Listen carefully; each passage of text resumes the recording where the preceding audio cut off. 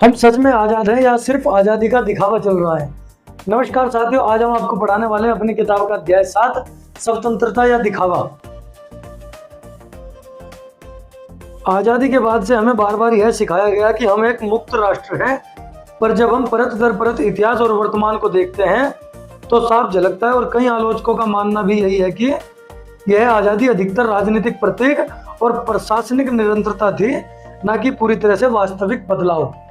राजनीतिक प्रतीक का मतलब होता है ऊपर ऊपर के बदलाव, जैसे झंडा बदल गया, अंग्रेज चले गए और हमारे नेता आ गए, अंग्रेजी झंडे की जगह तिरंगा आ गया।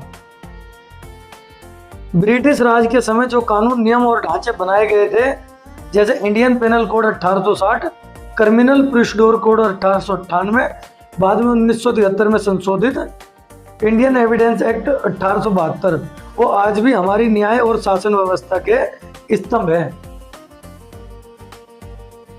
ये वही कानून है जिनका उपयोग अंग्रेज भारतीयों को दबाने के लिए करते थे, और आज भी इन्हीं औपनिवेशिक कानूनों का इस्तेमाल प्रशासन और शासन में किया जाता है। औपनिवेशिक कानूनों का मतलब है कि अंग्रेजों के समय के कानून। केंद्रीय सरकार की संरचना भी ब्रिटिश मॉडल का ही विस्तार है। आज भी भारत के प्रशासनिक फैसले दिल्ली में बैठे केंद्र से तय होते हैं। राज्यों के अधिकार सीमित हैं और असली ताकत उन मंत्रालयों के पास है जो औपनिवेशिक काल में गवर्नर जनरल काउंसिल के नाम से जाने जाते थे। सबसे बड़ा सवाल, अगर सच में हम स्वतंत्र होते तो क्या हमें अपने कानून, शासन और आर्थिक नीति बनाने के लिए विदेशी मॉडल की नकल करनी पड़ती? क्या हमें विश्व बैंक, IMF, WTO जैसी संस्थाओं के दबाव में नीतियां बनानी पड़ती?